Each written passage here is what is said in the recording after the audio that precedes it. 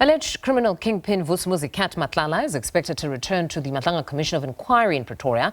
When he appeared before the commission last week, he refused to answer questions relating to the 228 million rand SAPS Medicare24 tender.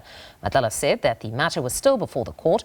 For more, we cross to our anchor Ayanda Nyathi alongside senior reporter Canny Maphanga. A very good morning to you, Ayanda. So Matlala is back at the commission. Now, at his last appearance, it turned out to be somewhat of a difficult exercise of ensuring that his rights against self-incrimination as a witness standing trial is not infringed upon. So today, though, he's expected to give substance or context to what were one-sentence answers at the previous appearance. And even that remains to be seen. Mfundo, welcome back to the Madlanga Justice College. It's been about a week since Vusimuzi Matlala was here.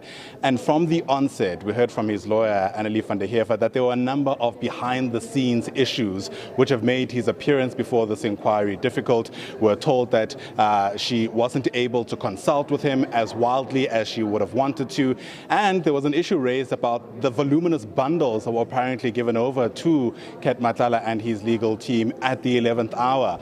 It remains to be seen how all of that is going to essentially have a bearing on today's proceedings. And I must say from the jump that we haven't yet spotted Vusimuzi Matlala himself or his lawyers in the building, unless that has changed, and in fact it has, as I glance over my shoulder. But Canny Maphanga is also our reporter who's been watching developments, and at least Canny, we know now he's in the building.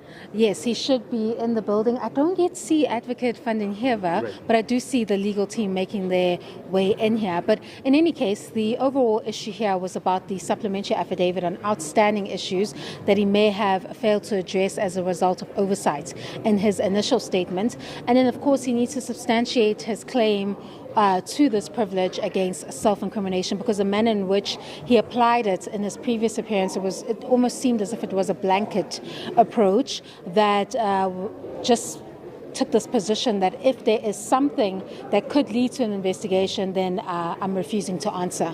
And the difficult part for Vusimuzi Matlala is that he's in a position where the cases that or at least one of the cases, Medicare24, has been discredited insofar as the process and leading up to Project Diversion. That's what Medicare24 is part of.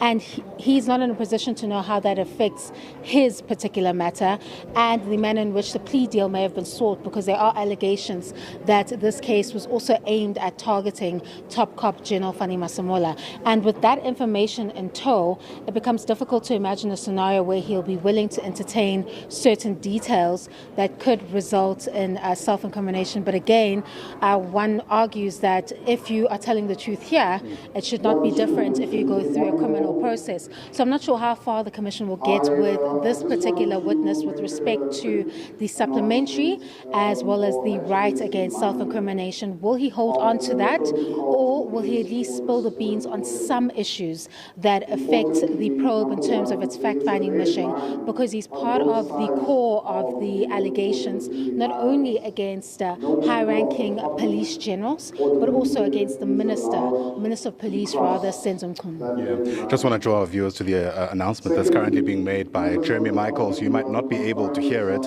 but it's essentially a reminder to everybody who's here about the demarcations of the room. And I think this is in response, of course, to what took place last week. You might remember that incident involving Stuart Shanik and a journalist after Stuart Shanik essentially came into the demarcation reserved solely for the media.